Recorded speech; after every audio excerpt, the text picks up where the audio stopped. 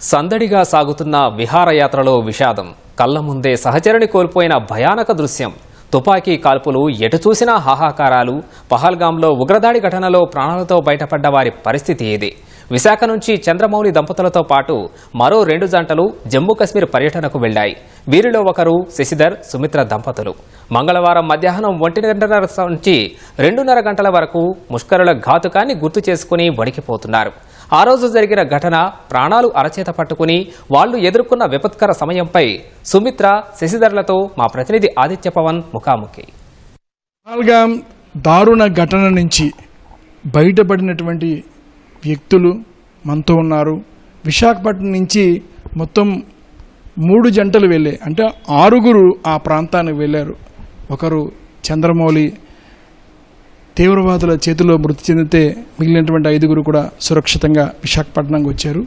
ఆ ఘటనని ప్రత్యక్షంగా చూశారు. మొత్తం ఆ దారుణం అంతా, ముష్కరుల దాడులు ప్రత్యక్షంగా చూశారు. ఒక రకంగా చెప్పాలంటే ఆ ముష్కరుల దాడి నుంచి బయటపడినటువంటి జంట ప్రస్తుతం మనతో ఉన్నారు.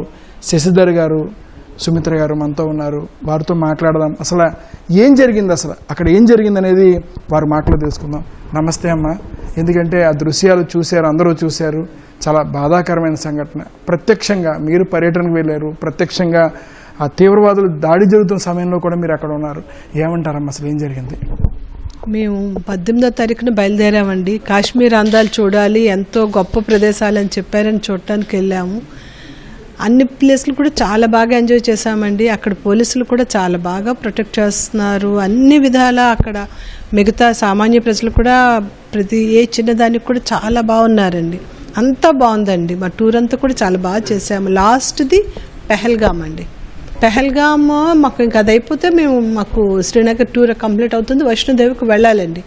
ఈలోగా పెహల్గాము గుర్రంపై వెళ్ళాలి అంటే ఏది ప్లేన్ అయితే అక్కడికే వెళ్దాము, మాకు ఎక్కువ రిస్క్ వద్దు అని ఎంత చెప్తున్నా ఇది లాస్ట్, ఇది ఒక్కటి చూసేస్తే అయిపోతుంది. మినీ స్విట్జర్లాండ్ అంటే అది ఒకటి టాప్ చూడాలి అని అనడంతో కొంచెం బయలుదేరాము. మధ్యదారిలో అయితే పాపం మణిగారును ఇంకొక శశిగారు ఉన్నారు. వాళ్ళిద్దరైతే ఇంకా ఈ గుర్రం మీద వెళ్ళటం మా వల్ల కాదు, మేము వెళ్ళలేము, ఉండిపోతామని చెప్పారండి. కానీ పాపం మౌళి గారేమో పైన ఉంటుంది అన్నారు. ఎంత కష్టపడి ఎంత టూర్ ఎంత ఖర్చు పెట్టొచ్చో అది ఒక్కటి చూడమా. యాక్చువల్గా ఇప్పుడు మాకు మౌళి గారు ఆర్గనైజ్ చేస్తారండి. చాలా బాగా ఆయన అన్ని ప్లాన్ చేస్తారు, ఎంకరేజ్ చేస్తారు. మనం ఉన్నవన్నీ చూడాలి కదా, మనం ఇంకేంటి మనకు లైఫ్లో ఎంజాయ్ చేయాలంటే ఈ మంచి మంచి ప్లేసులు చూడాలి, అన్నీ చూడాలి, నలుగురిని కలవాలి, మనకు అన్నీ తెలియాలి అని చెప్పి మమ్మల్ని అందరినీ ఎంకరేజ్ చేసి తీసుకెళ్తారండి. ఆయన ఎంతో మంచి ఆయన అండి. ఆయన ఆవిడ కూడా అంతేనండి. ఇద్దరు చాలా నెమ్మదస్తులండి. ఎంత బాగా చేస్తే అన్నీ తిరిగాము, చూసాం. పైకి వెళ్ళేటప్పటికి పెహల్గామ్లో మినీ స్విట్జర్లాండ్ అనేది ఒక ప్లేస్ అండి. ఆ ప్లేస్లోనేమో మేము జస్ట్ ఎంటర్ అయ్యామండి. ఎంటర్ అయినాక అదే ఎంట్రన్స్ అంట, మాకు తెలియదు. అక్కడ గుర్రంవాడు మమ్మల్ని దింపాడు. దిగినప్పటికేమో అక్కడ ఫుడ్కు ఉంది. ఒక పక్క మౌళి గారేమో మాకు ఫోటోగ్రాఫర్ని అరేంజ్ చేశారు. పైన మంచి ప్లేస్లు ఉంటాయి, ఫొటోస్ తీర్చుకోవాలని. ఫోటో అబ్బాయి ఆగండి అంటున్నాడు. లేదు, మేము టాయిలెట్స్కి వెళ్ళాలని చెప్పి అటువైపుకి వెళ్ళామండి. ఆ చివరికి వెళ్ళడం వలన మేము సేవ్ అయ్యామండి. లేకపోతే ఇంకా మరి చూడటానికి లేదు. ఫస్ట్ అటాక్ ఆ ఎంట్రన్స్లోనే జరిగిపోయిందండి. అంటే ఎవరికి బయటకు పరిగెట్టడానికి అవకాశం లేకుండా టెర్రరిస్టులు ఫస్ట్ ఆ ఎంట్రన్స్లోకి వచ్చేసారండి. వచ్చి అక్కడి నుండి స్టార్ట్ చేసుకుంటూ లోపలికి వచ్చారు. ఫస్ట్ గన్ షాట్కి ఈయన అలర్ట్ అయ్యారండి. ఏంటి చప్పుడు వినపడుతుంది, ఇదేదో డేంజరస్గా ఉంది అన్న మాట ఈయన వాడారండి. వాడితేనేమో వీళ్ళు మిగతా 2 మగవాళ్ళు ఇంకా నమ్మలేదు. ఏంటి ఇక్కడేముంటుందని ఇలా చూసేటప్పటికి ఇంకా దడదడ మనకు కాల్చేస్తున్నారు. ఇంకా గన్నులు వినపడుతున్నాయి, ఆడవాళ్ళు ఏడుపులు, గొడవలు వినబడుతున్నాయి. అందరం పరిగెట్టి బాత్రూమ్కి వెళ్దాం అనుకున్న వాళ్ళు 2 వెళ్ళాం. మిగతా వాళ్ళందరం బాత్రూమ్ వెనక పరిగెట్టి దాక్కున్నాం. ఈయన అక్కడి నుంచి ఒంగోని చూడాలి అలాంటి గ్రౌండ్లో. ఒకడేమో ఇలాగేమో ఇటువైపు రావడం కనిపించింది, బాత్రూమ్ వైపు. ఇక్కడ ఉండడం కూడా సేఫ్ కాదు, పారిపోవాలన్నారు. ఇలాగ బాత్రూమ్ మెయింటెనెన్స్ అబ్బాయి ఏమో ఆ ఫెన్సింగ్ వైపు దారి తీశాడు. అప్పుడు ఆ కిందని చిన్న ప్లేస్ ఉందండి, దూరలే మామూలుగా అయితే. అందులోంచి దూరి బయటకు పరిగెట్టామండి అందరం. లాస్ట్ దాన్ని నన్ను మౌళి గారు చేతులు పట్టుకుని పైకి ఎత్తారు. నేను నిలబడలేకపోతుంటే నన్ను ఎత్తారండి. కంగారు, షాకు, అక్కడ ఏంటి జరుగుతుందో, ఏడుపులు, గొడవ, అది అసలు ఎంత భయంకరంగా ఉందంటే అక్కడ సంఘటన మరి చెప్పలేమండి. ఒక పక్క తుపాకీలు మోతంటే, ఒక పక్క ఏడుపులు గోలంటే అది మనకి ఇంకా ఆలోచించే శక్తి ఉండదండి. అది ఏదో షాక్లోకి వెళ్ళిపోతున్నాము. పాపం కొంచెం అలర్ట్ అయ్యి ఈయనేమో మీరు పరిగెట్టండి అని ఈయన ఇంకొంచెం మాకంటే ఒక 10 అడుగులు దూరంలో ఉన్నారండి. మౌలి గారు, నేను, ఇంకొక ఆవిడ, మేము కొంచెం వెనకయ్యామండి. మిగతా ముగ్గురు, మౌలి గారి వైఫ్ ఆవిడ మణిగారు, ఇంకొక ఆయన, వాళ్ళందరూ కొంచెం వేరే దారి అయిపోయారు. మౌలి గారు ఒక చెట్టు చాటున ఉన్నారు. మేము చెట్లు అంటే మరీ పెద్ద వృక్షాలు కాదండి, ఏమాత్రం ఉంటాయి, ఒక మనిషి ఉన్నా కనబడుతుంది పక్కన వాడికి. కానీ భయానికి ఆ చెట్ల దగ్గర అని అలా అయిపోయి నిలబడ్డామండి. ఆయన దగ్గరికి వచ్చేసాడండి వాడు.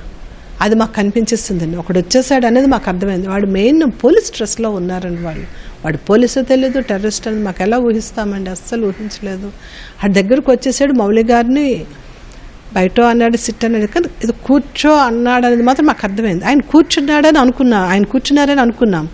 ఒక సెకండ్లో ఆయన పడిపోయి ఉన్నారు. నేనేమనుకున్నా, ఆయన షాక్ పడిపోయారేమో, లేకపోతే పడిపోతే ఆడ షూట్ చేయడం అనుకున్నారేమో నేను అనుకున్నానండి. కానీ షూట్ చేశాడని ఈవిడ అన్నారు, నాకు అది తెలీదు. కానీ చెట్టు బెరడు మాత్రం ఎగిరి మా వైపు వచ్చిందండి.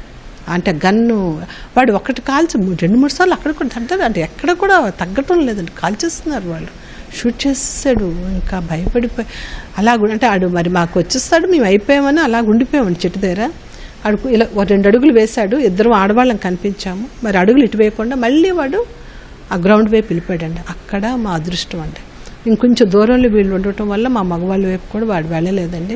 ఈయన వెంటనే ఏం చెప్పారంటే, మీరు నుదుటిని బొట్లు అవేమి ఉంచుకోకండి, తీసేయండి అంటే, అక్కడ నది నీరు వెళ్తుంది కదా, అక్కడికి వెళ్ళి గబగబా మొహం ఇలా కడుక్కున్నామండి. పాపిట్లు బొట్టు కూడా లేకుండా కడుక్కుంటే ఈయన చేతిలో ఏమో నన్ను పెట్టేశారు ఆవిడ.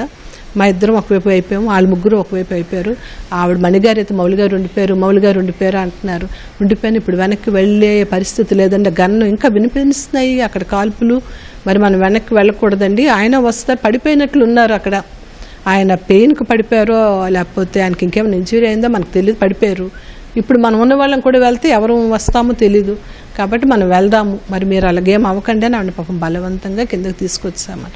ఆవిడ కిందకు వస్తాను, మౌలి గారు ఉండిపోయారని అంటున్నారు. ఏం దిగుతూనే ఫస్ట్ చెప్పింది, మేము గ్రౌండ్లో లేము, మేము ఇటువైపు పారిపోయి వచ్చాము, అక్కడ మా కోసం మీరు వెతకాలి, మా ఒక ఆయన మాకు మిస్ అయిపోయారు, మీరు మాకు అది చెయ్యండి అని కనిపించిన ప్రతి ఆఫీసర్కి ఈయన చెప్తూనే ఉన్నారండి. చెప్తే అప్పుడు మరి ఇంక మేమేం చేయలేం. వాళ్ళు ఏంటంటే కిందకి దిగినాక పోలీసులు ఎదురయ్యారు, అంబులెన్స్ అది అరేంజ్ చేశారు. అప్పటికే మాకు గుండె దడ, నీరసం, ఆయాసం ఏదో అయిపోయామండి అసలు. అక్కడ గుర్రం అబ్బాయిలు కూడా మాకు చాలా హెల్ప్ చేశాడు. 2 అబ్బాయిలు మా వైపు వచ్చారు. ముందు వాళ్ళు చూసి కూడా భయపడిపోయాం, వీళ్ళు ఎవరా ఏంటా అని. వాళ్ళు వచ్చి మాత అస్సలు భయపడొద్దు అని వాళ్ళు చాలా ఇచ్చేశారు. ఒక అబ్బాయి మా దగ్గర ఆగాడు, ఇంకొక అబ్బాయి మా వెనక ఉన్న వాళ్ళ వైపు వెళ్ళాడు. అబ్బాయి చేయి పట్టుకొని లాగుతూ ఈయన చెయ్యి, ఆ అబ్బాయి చేయి పట్టుకొని నన్ను లాక్గా నిలిపింది. కానీ నాకు శక్తి అయిపోయి నేను నడవలేకపోతున్నానండి. నడుస్తుంటే బురదలో కాళ్ళు తిరిగిపోయేవి అన్నీ అయినా కూడా పాపం ఆ అబ్బాయి లాగాడు. నా షూస్ పడిపోతే మళ్ళీ వెనక్కి పరిగెట్టెళ్ళి షూస్ తెచ్చి నా కాళ్ళకి వేసాడు. ఒక దగ్గర అయితే నన్ను వెనక్కి భుజం మీద ఎక్కించుకొని మోసాడు, దాటించాడండి కొంత దూరం. అంతా అబ్బాయి అది దారంతా బాగాలేదండి, చాలా దీనిగా ఉంది, దాటించాడు. ఆ తర్వాత ఏమో కొంచెం కిందకి దిగినాక పోలీసులు కనిపించి ఇలా వెళ్ళిపోండి, ఇటువైపు మేము వచ్చాం, ఇంక మీకు పర్వాలేదు అన్నారు. అప్పటికి కొద్దిగా ఊపిరి తీసుకుంటే అది అప్పటికి నోరులో ఆర్చుకుపోయాయండి, ఏంటి లేదు, ఎలా ఉన్నామో తెలియదు. అంబులెన్స్ వచ్చింది, అది కూడా ఎక్కలేకపోయామండి, లాగారు లిటరల్గా మమ్మల్ని లోపలికి లాగారు. లాగినాక ఇంకా హాస్పిటల్ దగ్గర తీసుకెళ్ళి దింపితే వాళ్ళు చెక్ చేశారు, బీపీ అన్నీ చూశారు, మంచినీళ్ళు కొంచెం ఏవో జ్యూస్లు ఏవో తెచ్చి ఇచ్చారు, మందులు అందిస్తున్నారు. ఏం పర్వాలేదమ్మా, మీరు మా ప్రొటెక్షన్లోకి వస్తే మీరు భయపడకండి అన్నారు. అప్పుడు ఈయన అందరికీ వెళ్ళి కంప్లైంట్ చేశారు, మా ఆయన ఉండిపోయారండి మీరు చూడండి అనేసి. అంటే వాళ్ళేమో మేము చేస్తామని చెప్పారండి. మేము వాళ్ళ రెస్క్యూ హౌస్ ఏదో ఇచ్చారు మాకు, వాళ్ళ బంగ్లా ఇచ్చారు, అందులోకి వెళ్ళిపోయాము. వాళ్ళ చల్లదనానికి మాకు హీటర్లు పెట్టి, కోట్లు ఇచ్చి, ఫుడ్ కాఫీలు అవి అరేంజ్ చేశారు, ఫుడ్ అరేంజ్ చేశారు. తినండి అమ్మా తినండి అని వచ్చి అడుగుతూనే ఉన్నారు. మినిస్టర్స్, పోలీసులు, ఐఏఎస్, ఐపీఎస్లు అందరూ వచ్చారండి. గవర్నమెంట్లో వాళ్ళు ఎలాంటిది లోపం చేయలేదు. ప్రమాదం జరిగిన దగ్గర అంటే వాళ్ళకి ఇన్ఫర్మేషన్ కిందకి వెళ్ళడం లేట్ అయింది తప్పితేనో అప్పటి నుంచి వాళ్ళు మాత్రం చాలా బాగానే చేశారు. టెర్రరిస్టులు అయితే నేనైతే ఒక్కడ మా దగ్గరకు వచ్చిన ఒక్కడనే మేము చూసామండి. అది కూడా నేను కళ్ళు పైకెత్తి నేను చూడలేదండి. నాకు లిటరల్గా నేను చాలా భయస్తురాలు. నేను కిందకి ఎలాగ ఉన్నా నాకు ఆ మౌలి గారు అలా పడిపోవడం మా కళ్ళ ముందు మాకు అది కనిపించింది. నేనైతే షాక్తో పడిపోయారని నేను అలా అనుకుంటే నాకు ధైర్యం ఉంటుందని నేను అనుకున్నాను. ఈవిడైతే లేదు ఆయనకేదో అయ్యిందని ఆవిడ నా పక్క ఆవిడ అంటారు, నేను మరి వినిపించుకోలేదని. ఆవిడైతే మాత్రం వాడి వైపు కూడా చూశానని చెప్తున్నారు. శశి గారు అయితే ఆ టెర్రరిస్ట్ వైపు కూడా చూశారట. 2 అడుగులు మా వైపు వేయడం కూడా ఆవిడ చూశారు. నేనైతే కింద అలా ఉండిపోయానండి చెట్టు చాటును. నాకు ఇంకేమీ తెలియదండి, అదే జరిగిందండి. ఈ ఘటనలో ప్రాణాలతో బయటపడినటువంటి మరో వ్యక్తి శశిధర్ ఉన్నారు. వారు కూడా ప్రత్యక్షంగా చూశారు. ముష్కరుల దాడినంతా కూడా వారు ఒక రకంగా చెప్పాలంటే ముష్కరుల దాడి నుంచి బయటపడ్డారని చెప్పుకోవచ్చు. శశిధర్ గారు ఎలా ఉంది అసలు ఆ పరిస్థితి ఏ రకంగా అనిపించింది? ఎందుకంటే చాలా దారుణమైన సంఘటన. ఏమంటారు? మేము మీదకి వెళ్ళటమే చాలా కష్టపడి వెళ్ళాల్సి వచ్చిందండి. ఆ కొండలు గుట్టలు మధ్యలోంచి గుర్రాల మీదే వెళ్ళాము. మాకు వేరే దారి లేదు. వెళ్ళిన 1:30 సమయంలో వెళ్ళామండి. వెళ్ళి అక్కడ ఏమైనా తిందాం అనుకుని వద్దని టాయిలెట్ కోసం ఒక 100-150 మీటర్ల దూరంలో టాయిలెట్స్ ఉన్నాయి. అక్కడికి వెళ్ళామండి. 6 వెళ్ళాం. సో ఫస్ట్ ఈయనే మౌలి గారు టాయిలెట్కి వెళ్ళారు. అక్కడ ఇంకా 3-4 ఫ్యామిలీస్ ఉన్నాయి, వెళ్తున్నారు. జస్ట్ ఇంకా మేమెవరూ అందరం వెళ్ళా. అంతలోని బయటకు వచ్చేసరికి గన్ షాట్స్ వినబడ్డాయి. 2 వినబడ్డాయి. అది ఎట్లా ఉంటుందంటే ఆ ప్లేస్ మొత్తం పెద్ద ఒక 2-3 గోల్ఫ్ కోర్స్ లాగా పెద్ద గ్రౌండ్ ఉంటుందండి. ఒకవైపు పెద్ద పెద్ద చెట్లు, దేవదారులు, పైన చెట్లు ఉన్నాయి. ఆ వెనక వైపు హిమాలయస్ ఉన్నాయి. అట్లా ఉందన్నమాట వ్యూ. సో ఆ చెట్లు ఆ ఏరియా నుంచి 2-3 షాట్స్ వినబడ్డాయి. మేబీ ఎవరు ఏదైనా పక్షులను వేటాడుతున్నారు ఏంటో అనుకున్నాం.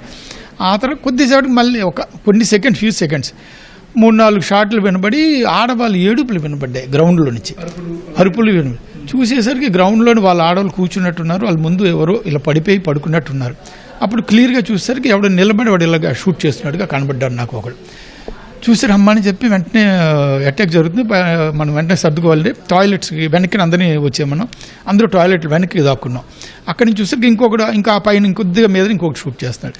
ఇదంతా ఏంటి ఎంట్రన్స్ దగ్గర ఈ క్యాంటీన్లో ఉన్నాయి. అక్కడే మనుషులు ఎక్కువ ఉన్నారు. అక్కడ ఇది జరుగుతుంది.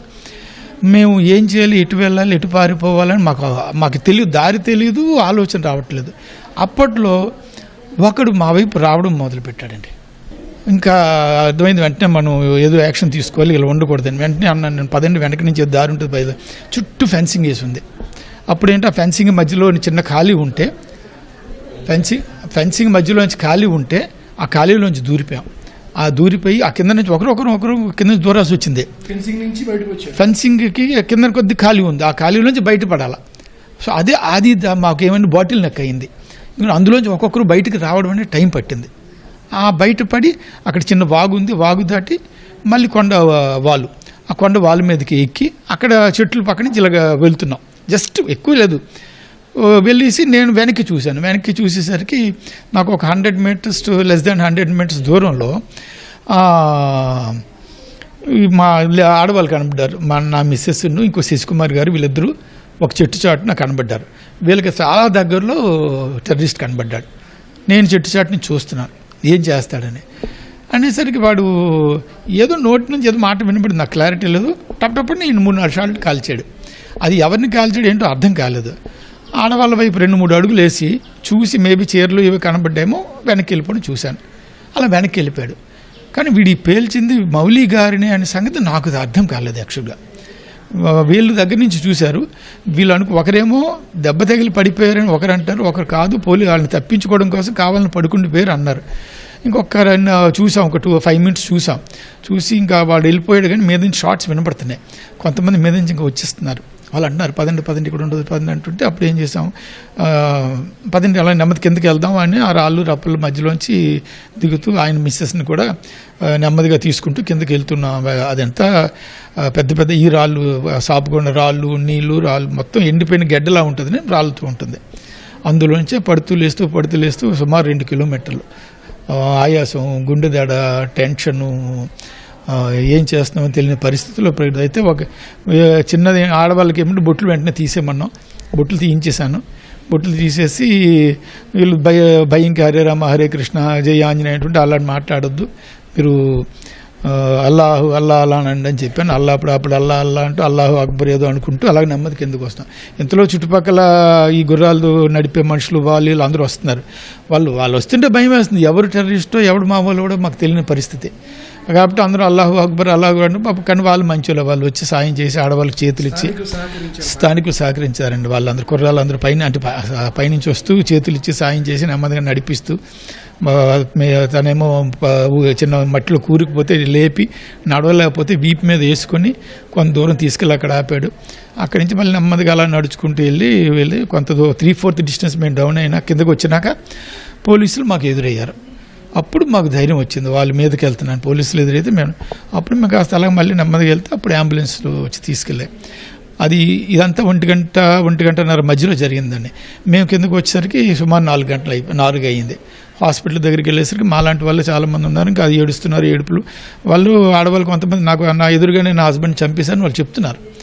కొంతమంది చిన్న పిల్లతో ఒక ఆవిడకి 1 year 2 మొత్తం ఈ కాల్పులు ఘటన అంతా కూడా సుమారు ఎంతసేపు జరుగుంటుంది? అరగంట అయితే జరుగుంటుందండి. ఎందుకంటే మేము దిగుతున్నా మాకు వెనక నా బుల్లెట్ షాట్స్ వినబడుతున్నాయి. అక్కడ ఏమైందంటే వాళ్ళకి ఎక్కడ రెసిస్టెన్స్ లేదండి.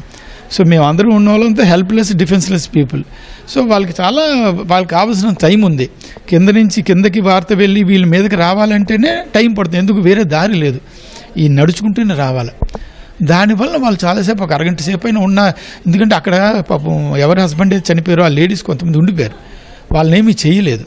వాళ్ళు కిందకు వచ్చి చెప్పారు, అరగంట సేపు అక్కడ ఉన్నారు వాళ్ళు వెళ్ళిపోయినాక మేము అక్కడ ఉన్నాను వాళ్ళు చెప్తున్నారు అన్నమాట.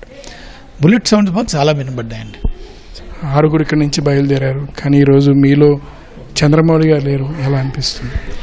అది చాలా బాధాగా ఉందంటే, అంటే అసలు ఈ టూర్ ప్రోగ్రామ్ ప్లాన్ చేసింది ఆయన, లీడ్ చేసింది ఆయన, ఎక్కడ ఏం చేయాలి, ఎలా చేయాలి అని చెబుతూ మాలో ధైర్యాన్ని ఇస్తూ, ఆడవాళ్ళకి కూడా వాళ్ళు అమ్మ ఇలా చేయాలమ్మా అలా చేయాలని చెబుతూ అంతా గైడ్ చేస్తూ చేసిన ఆయన.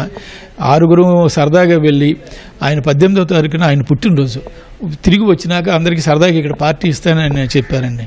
ఏ రోజైతే వెళ్ళమారు అలాంటిది తిరిగి ఆయన రాకుండా 6లో 5 వచ్చి ఆయన భౌతికాయాన్ని నేను తీసుకొచ్చానన్నది, అది నేను ఇంకా ఆ షాక్ని నుంచి బయటపడలేకపోతున్నాను, నమ్మలేకపోతున్నాను. 18వ తారీఖు చంద్రమౌళి గారి పుట్టినరోజు. ఆ కారణంతో 18వ తారీఖు కాశ్మీర్లోని ఒక అద్భుతమైనటువంటి ప్రదేశం ఈ పహల్గాం వెళ్ళారు. కానీ చాలా దారుణమైన ఘటన, ముష్కరుల దాడిలో చంద్రమౌళి ప్రాణాలు కోల్పోయారు. కానీ చాలా కష్టపడి చాలా ఇబ్బందులు పడి చాలా వరకు ముష్కరుల దాడి నుంచి బయటపడినటువంటి శశిధర్, సుమిత్ర ఇద్దరు కూడా చెప్తున్నారు. చాలా దారుణమైన ఘటన, అక్కడున్న టెర్రరిస్టులు జరిపినటువంటి మొత్తం అదంతా కూడా ఇప్పటికీ కూడా ఆ సంఘటనని మర్చిపోలేదు. వారి కళల్లో కానీ వారి మాటల్లో కానీ ఇప్పటికీ కూడా ఆ భయం వారి మాటల్లో కనిపిస్తోంది. చాలా బాధాకరమైన విషయం. ఒక విహారయాత్రకి వెళితే అక్కడ ఇంత దారుణం జరిగింది, విషాదం మాత్రం కనిపిస్తోంది. చాలా బాధాకరమైన అంశాన్ని శశిధర్, సుమిత్ర ఇద్దరు కూడా వ్యక్తపరుస్తున్నారు. కెమెరా పర్సన్ ఏ శ్రీనివాస్తో ఆదిత్య పవన్, విశాఖపట్నం.